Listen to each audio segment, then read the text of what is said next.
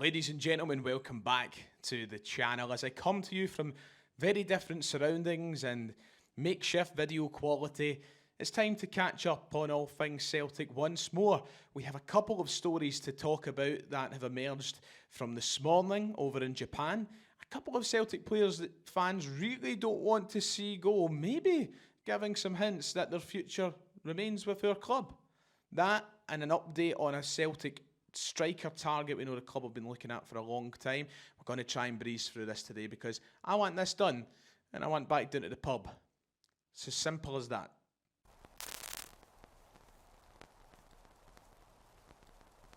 If you haven't already, please make sure to hit like and subscribe. It would be much appreciated.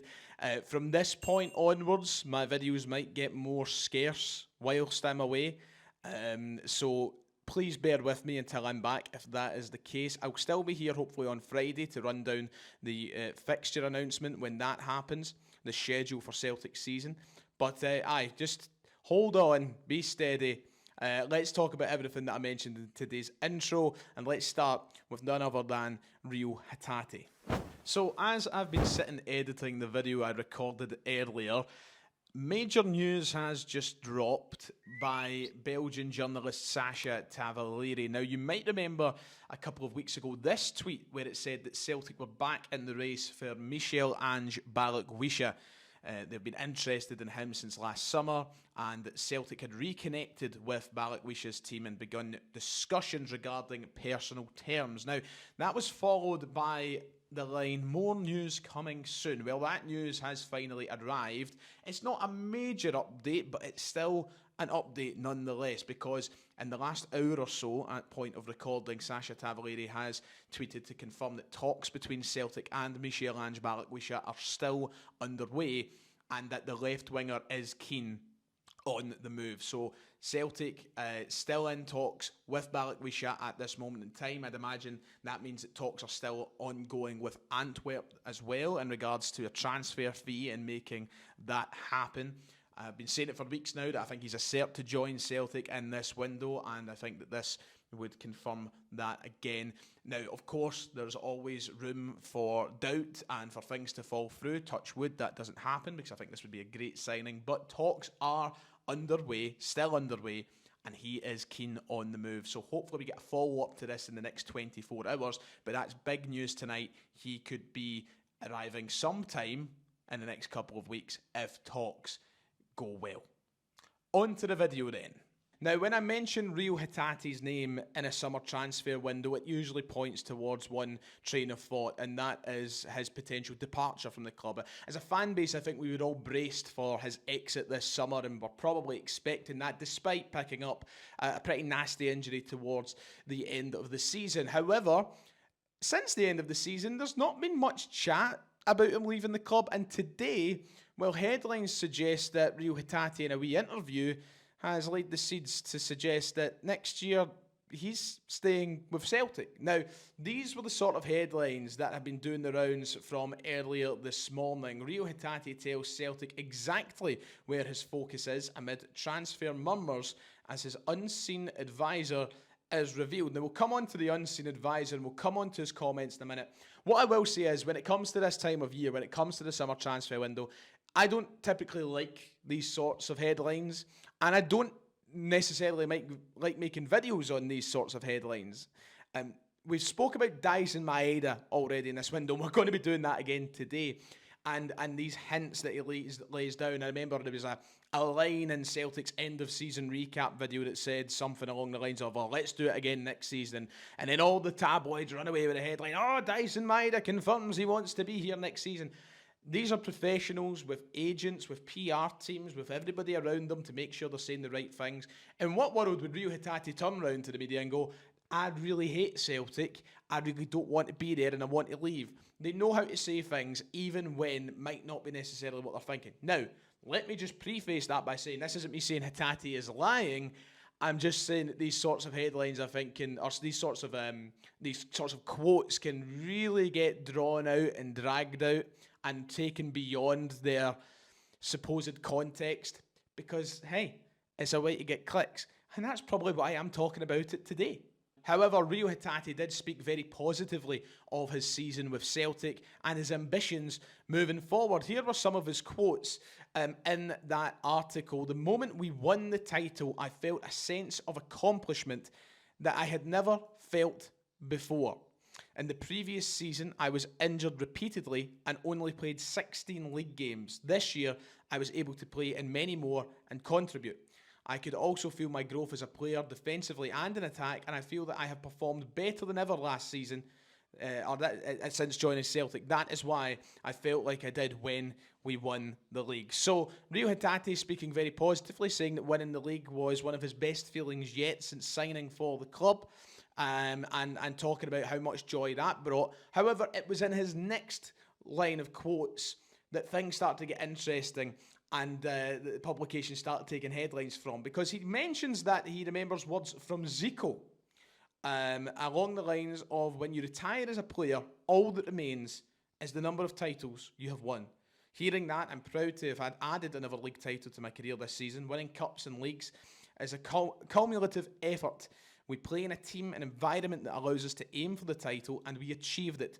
But after a while, people forget how well a player performed in that season and what kind of level they showed. Numbers of goals and assists are there, but the record of winning a title will remain forever. Sorry, the pints are catching up with me and I'm stumbling all over my words.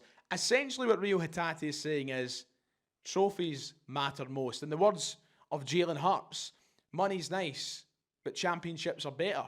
And I think that is essentially what Rio Hitati is trying to drill through in this article. And if that is his state of mind, then surely that means that Celtic is the place for him to be. I mean, he's spot on, and Zico was spot on as well through these quotes. I mean, when we talk about players who played years ago, and in particular my generation growing up, the first thing that always gets brought up when you're comparing them is, oh, he never won this, he never won that, he won more Champions League. When you talk about comparing managers, it's when, but he won more league titles. And when you talk about a certain player, but oh, he won so many cups, or that's always the levels that people use to compare players, and in particular for generations that come after these players. Young guys, people younger than me, they'll use trophies to measure what a player potentially could have been like, and Rio Hitati is pretty bang on the money with what he said. So listen, I don't know if this is something to read deeper below and to say that this is him wanting to stay with Celtic to win even more trophies. I think he still has that competitive drive that wants to challenge himself in another division and win trophies elsewhere. But if he cares about trophies that much, then he is genuinely no better place than Celtic Football Club. And I'm hoping that when he receives offers from all these other clubs, when he sees the likes of maybe an Udinese and goes, chances are I'm not going to win trophies there, he chooses to stay at Celtic. So, yeah, a couple of teams have been linked with the player over these past 4 or 5 months. Udinese being one of them that I mentioned. A couple of teams over in Europe, mainland Europe as well. And not so much prevalent right now, but there was a couple of teams like Brighton mentioned down in England. Yeah, it's kind of went quiet. I don't know if that's because the Club World Cup is on and people are still on their holidays or whatever. It's still just fairly early in the window, but we're waiting for something to spark any form of real worry about Hatate potentially leaving. But I like these comments. I just hope that they do lead to something that keeps him here at the club. And Dyson Maida is at it as well. Hatate isn't alone. His Japanese teammate, his Japan national teammate, he's just joining in on it. He's getting these sorts of headlines. Dyson Maida drops massive hint about his future. And don't get me wrong, I love seeing them and I love seeing the words of Dyson Maida, but God almighty, it's a good day to be a Japanese Celtic player, apparently. He said this in the Japanese media, that, commenting on the Champions League format, the new format first, saying that he thinks it's great and it's helped him improve. But his main line was, we had a chance to win the treble.